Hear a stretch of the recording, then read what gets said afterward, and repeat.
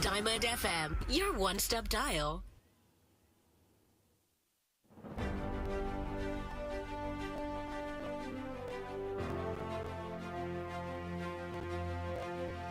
From the news desk of Diamond 88.7 FM Ilorin, this is news on the hour.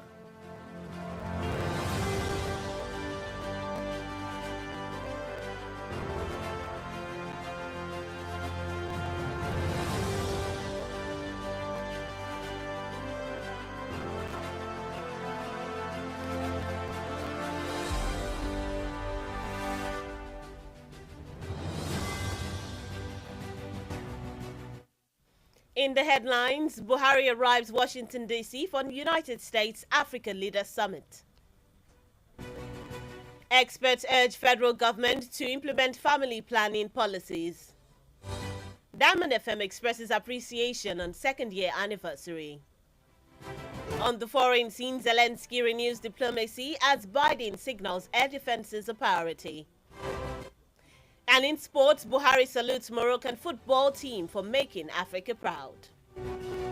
Good afternoon and thank you for joining us for the news on the hour, reaching you from Diamond 88.7 FM Ilorin. I am Bisola Oduwole Suleiman. You can listen to us via our website www.diamondfm.net or watch us live on Facebook at Diamond 87 FM and YouTube Diamond FM Ilorin. We'll bring you details of the news after the break. Do stay with us.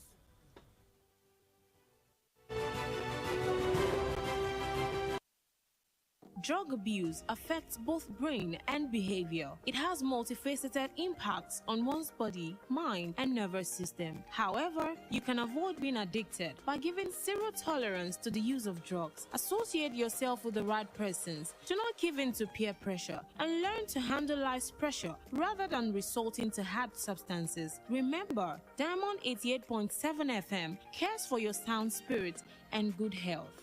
This message is from Diamond 88.7 FM. Looking for a reliable, up-to-date source of credible news at all time? Your shining Supreme station is the answer. Stay tuned for the news on the hour by 1 p.m. every day on Diamond 88.7 FM Ilorin. Shining Supreme.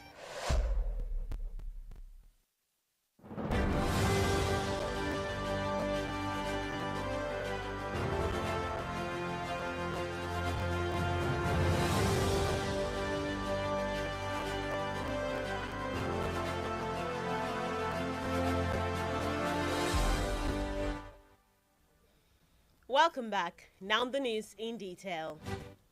President Muhammadu Buhari has arrived in Washington, D.C. to attend the United States Africa Leaders Summit. President Buhari reportedly arrived at the Joint Base Andrews Air Force Base, Maryland, and was received by the Minister of Foreign Affairs, Geoffrey Nyama, Nigeria's ambassador to the United States, Dr. Mrs. Uzoma Emenike, and the permanent representative of Nigeria to the United Nations, Tijani Muhammad Bande. The president, who will join other African leaders at the high-level meeting held between tomorrow and Thursday at the instance of the United States President Joe Biden, was accompanied by Governor Abdurrahman Abdurrazak of Kwara State and Governor Bala Muhammad of Bauchi State, as well as some ministers and other top government officials. Experts in reproductive health have enjoined the federal government to implement family planning policies. The call was made in Abuja by the President Emeritus of the Association of Reproductive and Family Health, Professor Oladapo Ladipo, during a media roundtable ahead of the 7th Nigeria Family Planning Conference with the theme Journey to 2030. Professor Ladipo said Nigeria had very robust family planning policy documents, but the challenge was non-implementation, adding that there was need for government commitment to ensure adequate family planning commodities as well as qualified personnel for every primary, secondary and tertiary healthcare facility. Meanwhile, the Petroleum Products Retail Outlet Owners Association of Nigeria, Petrowan, has faulted the 48-hour ultimatum issued by the Department of State Services that oil marketers must make premium motor spirit, also known as petrol, available for Nigerians. The association said until the secret police go after the cartel operating among private depot owners hoarding the essential commodity, fuel scarcity and long queues will persist. Petro Chairman System 2E Eastern Zone Sonny Nkwe made this known on a televised program today. Meanwhile, the Kwara State Peace Corps Commandant of Nigeria, Omole Peter Olusegun, has expressed appreciation to the two chambers of the National Assembly for the passage of the core bill on merit. He expressed his appreciation in an interview with newsmen in Ilorin, the state capital. The commandant, who expressed optimism that Muhammadu Buhari would assent to the core bill, noted that assent to the bill would serve as the President Muhammadu Buhari's administration's parting gift to the Nigerian youth. It will be recalled that for the second time, the Nigerian Peace Corps NPC establishment bill was on Wednesday, December 7, 2022, passed by the two chambers of the National Assembly. The bill, among others, seeks to establish the Nigerian Peace Corps as a body charged with the responsibilities to develop, empower, and provide gainful employment for youths, facilitate peace, volunteerism, community services, neighborhood watch, and nation building. Still on the local scene, as today marks the second year of broadcasting, in Ilorin, the Kwara State capital, the management and staff of Diamond 88.7 FM have expressed appreciation to all our esteemed listeners for keeping faith with us. The station's general manager, Mr. Michael Olarinwaju, stated this in an anniversary statement today. Mr. Olarinwaju also appreciated all marketers for patronizing us while promising to continue to serve them better with human interest and up-to-date news reportage and audience-friendly programs.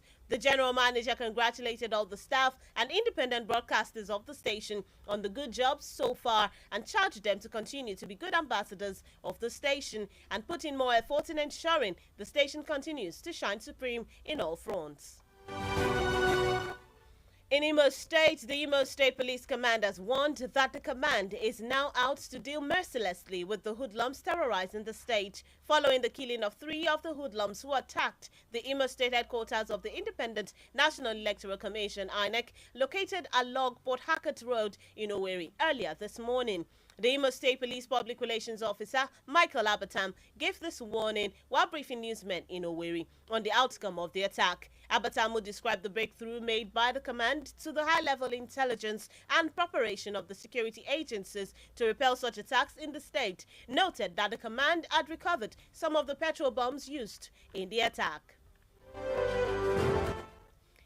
Terrorists in army uniforms have reportedly stormed Kurutu community in Kachia Council of Kaduna State, killed 6 people, injured 7, and kidnapped over 12 victims. The state's police command spokesperson, SP Gumbo Isa, who confirmed the incident today, said the terrorists yesterday shot at 5 traders, but 4 were killed while the remaining 1 sustained injuries. Isa said the trader who sustained injury was immediately moved to a hospital in Katsina, where he was being attended to by medical experts. And that's it on the local scene. The news on the hour is reaching you from Diamond 88.7 FM Ilorin. We'll take a short break now. When we return, we'll bring you foreign and sports news. Just stay with us.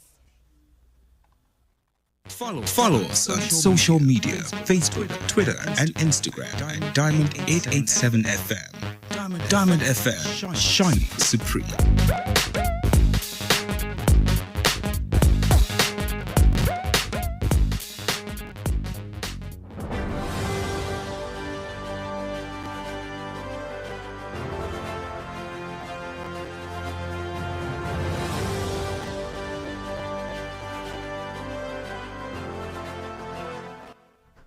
Welcome back from the break. If you're just tuned in and joining us, you're listening to the news on the hour, reaching you from Diamond 88.7 FM Ilorin. Now we continue with the rest of the stories.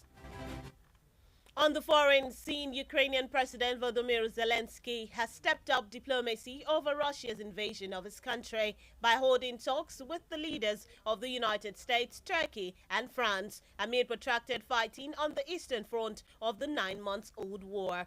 While Zelensky had held frequent talks with U.S. President Joe Biden, French President Emmanuel Macron, and Turkish President Recep Tayyip Erdogan.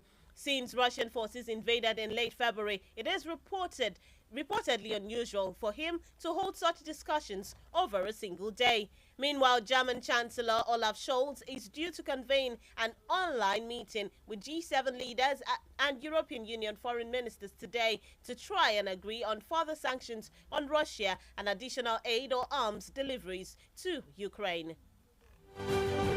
That's it in foreign news. In sports news, President Muhammadu Buhari has congratulated the Moroccan football team, the Atlas Lions, and the ruler of the country, King Mohammed VI, for making history at the ongoing World Cup in Qatar.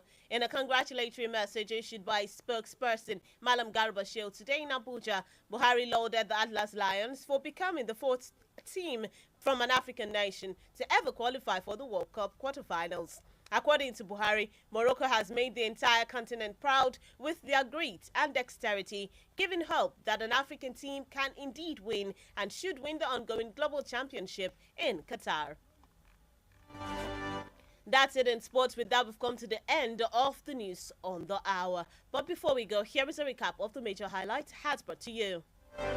Buhari arrives Washington, D.C. for United States African Leaders Summit. Experts urge federal government to implement family planning policies. Diamond FM expresses appreciation on second-year anniversary. On the foreign scene, Zelensky renews diplomacy as Biden signals air defenses a priority. And in the world of sports, Buhari salutes Moroccan football team for making Africa proud. Did you know Diamond FM 88.7 Ilorin began transmission on Saturday, the 12th December 2020. Diamond FM says, as we celebrate our second anniversary today, we aspire to serve you better with our news and programming. For news coverage or information about happenings around you, kindly contact the Diamond FM newsroom number on 091 606 27526. The news on the hour was edited by Abdulafiz Oyewole. My name is Bisola Oduwole Suleiman. Thank you for listening to your shining supreme station. Happy anniversary to Diamond 88.7 FM once again. To have a great day. Love your radio. Love your music. This is the best thing on your radio. My one and only. Drop your worries and not your radio. It's Diamond FM 88.7 Ilorin.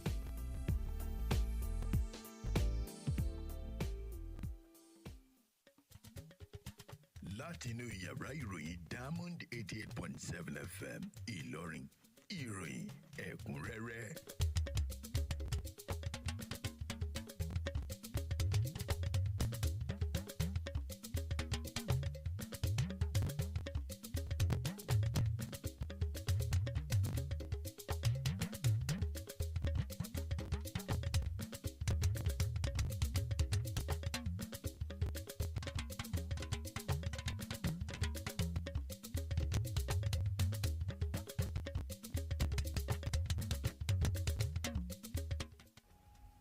Ẹ káàsán, àkójọpọ̀ ìròyìn ilé wa lámúdéṣe tìgbọ̀ yín láti lè ṣe Diamond 88.7 FM. Wọ́n yí ni àwọn kókó tí ń bẹ nínú ìròyìn náà. Buhari ti gúnlẹ̀ sí Washington DC fún ìpàdé àpérò ìṣọ̀kan Amẹ́ríkà àti àwọn olórí nílẹ̀ Áfíríkà.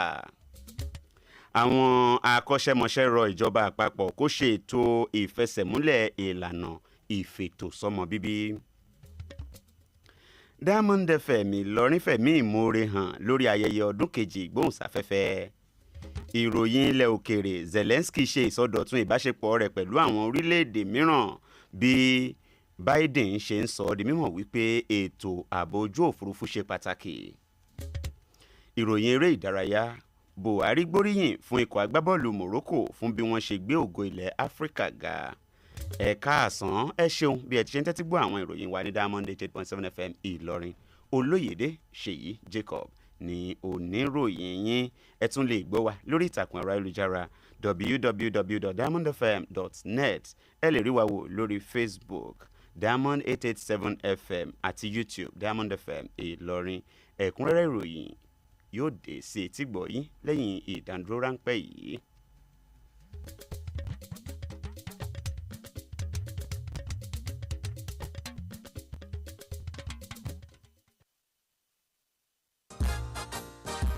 orúkọ mi ni Yèyélúà Tóyìn Adégbọlá mo sì ti lé ní 50 ọdún láyé láàyè àtàyè ìdẹ̀ra. Ìgbòkègbodò mi pọ̀ gan-an nínú iṣẹ́ tí mo yàn láàyò gẹ́gẹ́ bí òṣèré orí ìtàgé. Kì í sì rẹ̀ mí, bẹ́ẹ̀ ni kì í sú mi.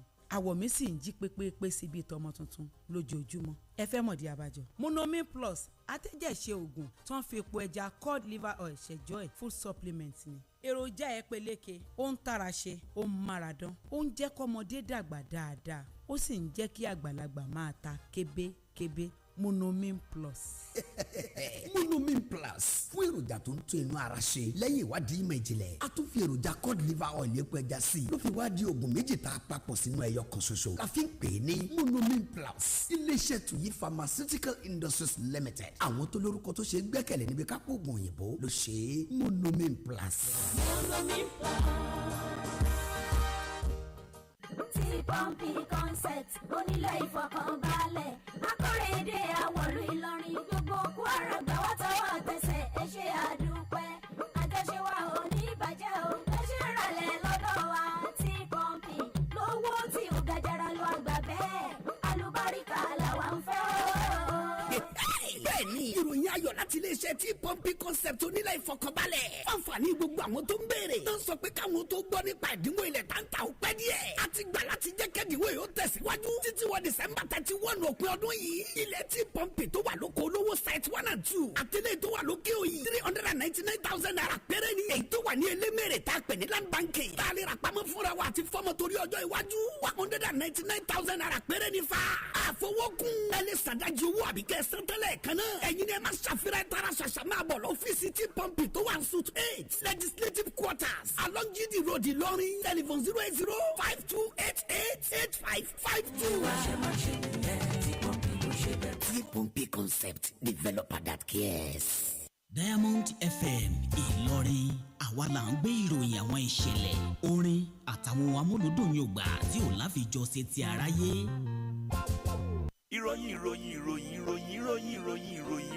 ìròyìn ẹ̀kúnrẹ́rẹ́ láti ilé iṣẹ́ Diamond FM. Ẹ káàbọ̀ padà ìròyìn ọ̀hún rèé lẹ́kùnrẹ́rẹ́. Ààrẹ Muhammadu Buhari ti gúnlẹ̀ sí Washington DC láti kópa níbi ìpàdé àpérò àwọn olórí ilẹ̀ Áfíríkà àti Amẹ́ríkà. Ààrẹ Buhari níròyìn jábọ̀ rẹ̀ pé ó ti dé sí iléeṣẹ́ ológun òfurufú Joint Base Andrews ní Maryland. Mínísítà ilẹ̀ òkèèrè ti wá Godfrey Onyeama, aṣojú Nàìjíríà ní Amẹ́ríkà arábìnrin Uzoma Emenike àti aṣojú Nàìjíríà lájọ ìṣọ̀kan àgbáyé Tijani Mohammed Bande ló kí ààrẹ káàbọ̀. Ààrẹ yóò darapọ̀ mọ́ àwọn olórí ilẹ̀ Áfíríkà tó kù níbi ìpàdé alágbára tí yóò wáyé lọ́la títí di ọjọ́ Àlàmísì ọ̀sẹ̀ yìí. Gómìnà Abdulrahman Abdulrazak ti ìpínlẹ̀ Kwara, Gómìnà Bala Mohammed ti ìpínlẹ̀ Bauchi àti àwọn mínísítà kọ̀ọ̀kan pẹ̀lú àwọn olórí ètò ìṣèjọba ní Nàìjíríà ló bá ààrẹ kọ́wọ́rìn lọ sí ilẹ̀ Amẹ́ríkà. Àwọn onímọ̀ ìlera nípa ètò ọmọ bíbí ti rọ ìjọba àpapọ̀ pé kí ó ṣe ìfẹsẹ̀múlẹ̀ ìfètò sí ọmọ bíbí. Ìpè yìí wáyé nílùú Àbújá láti ọwọ́ ààrẹ àpapọ̀ ẹgbẹ́ àwọn elétò ìlera ọmọ bíbí àti àlàáfíà ìdílé Pòfẹ́sọ̀ Ọládàpọ̀ Ọládìpọ̀ lásìkò àpérò pẹ̀lú àwọn oníròyìn nímúrasílẹ̀ de ìpàdé ẹlẹ́ẹ̀keje ti ìfètò sọ́mọ bíbí pẹ̀lú àkòrí tí wọ́n pè ní ìrìn àjò sí ọdún 2030.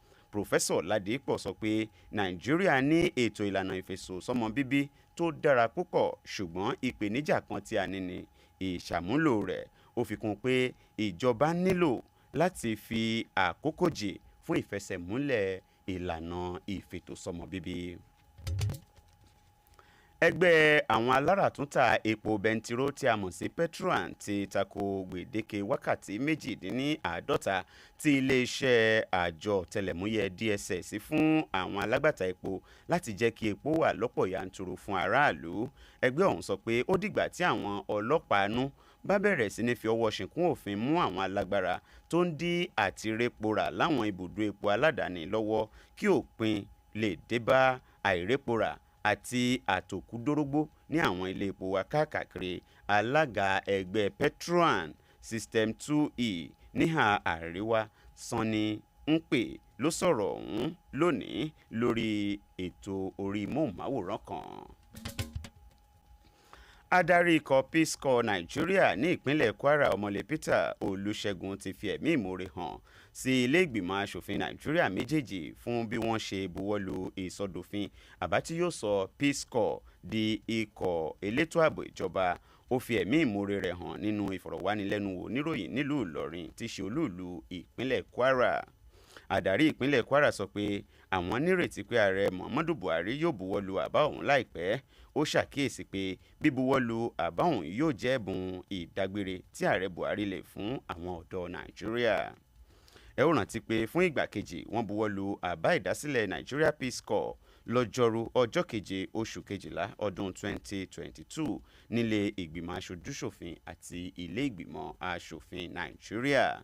Ó sọ di mímọ̀ wípé àbá òfin ọ̀hún láàrin àwọn àbá òfin yòókù tí wọ́n buwọ́lù yóò rí sí ìdàgbàsókè ìrólágbára àti pípèsè iṣẹ́ fún àwọn ọ̀dọ́, èyí tí yóò mú kí àlàáfíà, ìfaraẹnijìn àti sísin ìlú wáyé láàrin àwọn ọ̀dọ́ pẹ̀lú àbójútó ẹsẹ̀ kùkú tí yóò yọrí sí mímú orílẹ̀-èdè yìí gbòòrò sí i.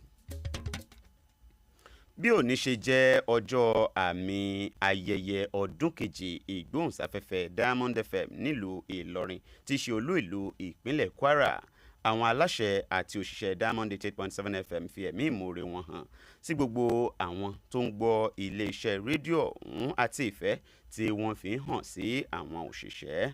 Ọ̀gá àgbà iléeṣẹ́ Diamond FM Michael Ọlárẹ̀wájú ló sọ ọ̀rọ̀ ọ̀hún di mímọ̀ nínú àtẹ̀jáde àjọ̀dún ti òní.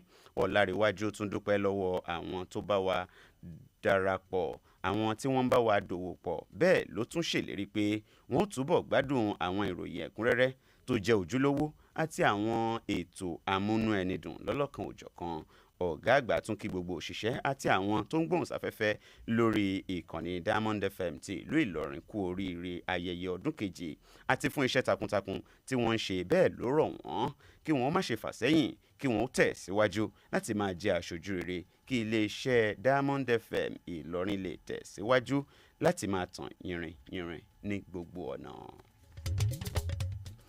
Iléeṣẹ́ ọlọ́pàá ìpínlẹ̀ Imo ti kìlọ̀ pé òun yóò kọjú ọ̀rọ̀ sí àwọn ọmọ gànfẹ́ tó ń da ìpínlẹ̀ ọ̀hún láàmú lẹ́yìn tí wọ́n rẹ́yìn àwọn ọmọ gànfẹ́ mẹ́ta tó ṣe ìkọlù sí olú iléeṣẹ́ àjọ elétò ìdìbò INEC ní ọ̀nà Port Harcourt Òwèrì láàárọ̀ kùtùkùtù òní.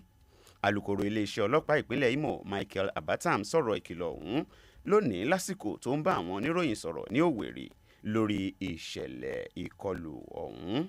Abatam ṣàpèjúwe àṣeyọrí tí ikọ̀ ọlọ́pàá ṣe bí ìgbáradì pẹ̀lú ọgbọ́n inú láti kojú ìṣẹ̀lẹ̀ ìkọlù. Ó sọ di mímọ̀ pé iléeṣẹ́ ọlọ́pàá ti gba àwọn abúgbàmù tí wọ́n fi bẹtiró ṣe, èyí tí àwọn ọmọ gànfẹ́ ọ̀hún lò níbi ìkọlù èyí tó wáyé láàárọ̀ òní. Àwọn oníjàǹdùkú tí wọ́n wọ aṣọ ológun nìròyìn fi yé ni pé wọ́n ti ya wọ agbègbè Kurutu ní Kashia ìpínlẹ̀ Kaduna. Wọ́n pa ènìyàn 6, wọ́n ṣe ènìyàn 7 léṣe, wọ́n sì jí ènìyàn 12 gbé sálọ.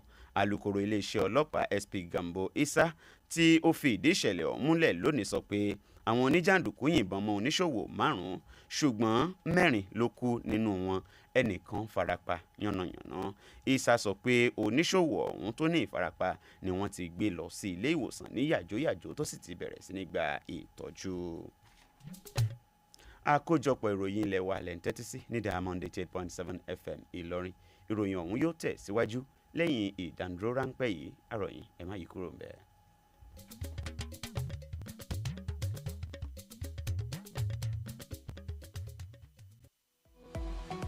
Ẹ darapọ̀ mọ́ wa ní ìtàkùn káyélujára wa, ìtàkùn ìbádọ́rẹ̀ẹ́ Facebook, ìtàkùn abẹ́yẹfò Twitter àti Instagram lórí Diamond 887 FM. Diamond FM, shining supreme.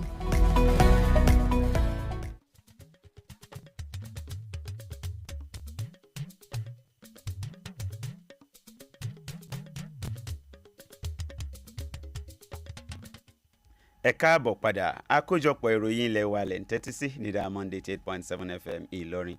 Ìròyìn ọ̀hún tẹ̀ síwájú. Ìròyìn ilẹ̀ òkèèrè.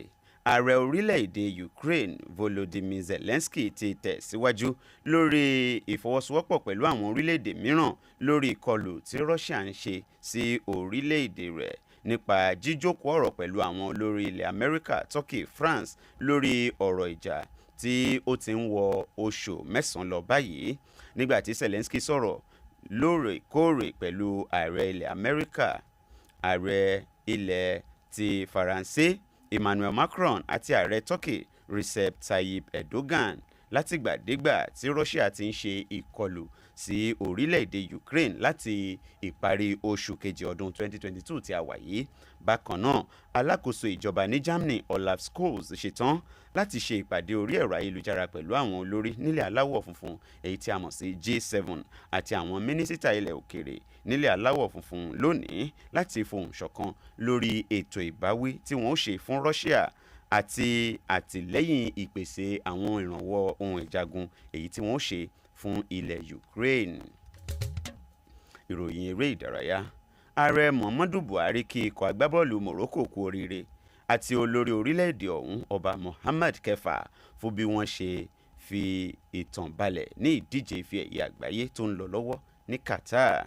Nínú ọ̀rọ̀ ìkíni kú oríire tó wáyé láti ọwọ́ Malam Garba Shehu tí í ṣe báńgbọ́lá ìròyìn ààrẹ lónìí nílùú Àbújá, Buhari gbóríyìn fún ikọ̀ Atlas Lion tó di ikọ̀ Áfíríkà kẹrin tí yóò pèrègede sí ìpele quarter final ìdíje ife ẹ̀yẹ àgbáyé tó sì tún jẹ́ ikọ̀ àkọ́kọ́ nílẹ̀ Áfíríkà láti pèrègede sí ìpele yìí tó kángun sí àṣekágbá tí a mọ̀ sí sẹ̀mí ní ìdíje ife ẹ̀yẹ àgbáyé. Gẹ́gẹ́ bí ààrẹ Muhammadu Buhari ti ṣe sọ di mímọ̀, ikọ̀ Morocco ti gbé ògo ilẹ̀ Áfíríkà ga àti wípé wọ́n ti fi hàn wípé ilẹ̀ Áfíríkà náà ní ikọ̀ tí ó ń pòǹgbẹ láti jáwé olúborí àti láti gba àmì ẹ̀yẹ àgbáyé ní ìdíje yìí tó ń lọ lọ́wọ́ ní Qatar. Ká tó dánu dúró lórí àkójọpọ̀ ìròyìn ilé wa fún ti ọ̀sán òní, ẹgbẹ́ àwọn kókó tá a ti mẹ́nubà nínú ìròyìn ọ̀hún lẹ́ẹ̀kan sí i. Àfitòyìn létí pé ààrẹ Muhammadu Buhari ti gúnlẹ̀ sí Washington DC fún ìpàdé àpérò ìṣọ̀kan láàrin Amẹ́ríkà àti àwọn olórí nílẹ̀ Áfíríkà. Bẹ́ẹ̀ àwọn akọ́ṣẹ́mọṣẹ́ rọ ìjọba àpapọ̀ kó ṣe ètò ìfẹsẹ̀múlẹ̀ ìlànà ìfètòsọ́mọ bíbí. Diamond FM Ìlọrin fẹ̀mí ìmoore hàn lórí ayẹyẹ ọdún kejì ìgbóhùnsáfẹ́fẹ́. Ìròyìn ilẹ̀ òkèrè láti mú wá sí etí gbọ́ yín pé Zelensky ṣe ìsọdọ̀tun ìbáṣepọ̀ pẹ̀lú àwọn orílẹ̀-èdè mìíràn. Ìròyìn eré ìdárayá. Buhari gbóríyìn fún ikọ̀ agbábọ́ọ̀lù Morocco fún bí wọ́n ṣe gbé ògo ilẹ̀ Áfíríkà ga. Ká tó máa lọ, ẹ gbọ́ ọ̀rọ̀ pàtàkì tí a ní fún yín yìí. Ǹjẹ́ o mọ̀ pé Sátidé ọjọ́ 12 oṣù 12 ọdún 2020 ní Diamond FM Ìlọrin bẹ̀rẹ̀ ìgbóhùnsáfẹ́fẹ́? Ní báyìí ẹ ti mọ̀ o, Diamond FM ń sọ fún ọ lónìí wípé bí a ṣe ń ṣe ayẹyẹ ọdún kejì Diamond FM Ìlọrin, a ní àfojúsùn láti múnú yín dùn ju ti àtẹ̀yìnwá lọ nípa àwọn ojúlówó ìròyìn àti ètò àgbọ́dúnú. Bí ó bá ní ohunkóhun tí ẹ fẹ́ fi tó àwọn akọ̀ròyìn wa létí, ẹ pè sórí nọ́mbà ìbánisọ̀rọ̀ 091-60627526. Abdul Hafiz Oyewole ni olóòtú àkójọpọ̀ ìròyìn ilé wa ti ọ̀sán òní. Oloyede Seyi Jacob ló tú sí èdè abínibí tó mú wá sí etí ìgbọ́ yín. Ẹ ṣeun bí ẹ ti ń tẹ́tí gbọ́ ìkànnì wa, ìkànnì yín tó tàwọn yọ yìí. A kú pọ̀pọ̀ ṣinṣin ayẹyẹ ọdún kejì iléeṣẹ́ ìgbóhùnsáfẹ́fẹ́ Diamond 88.7 FM Ìlọrin.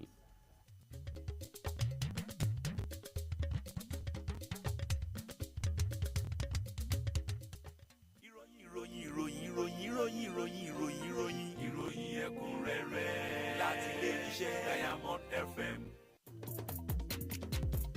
rédíò Diamond 88.7 FM láyé ń gbọ́ lásìkò tá a wà yìí o.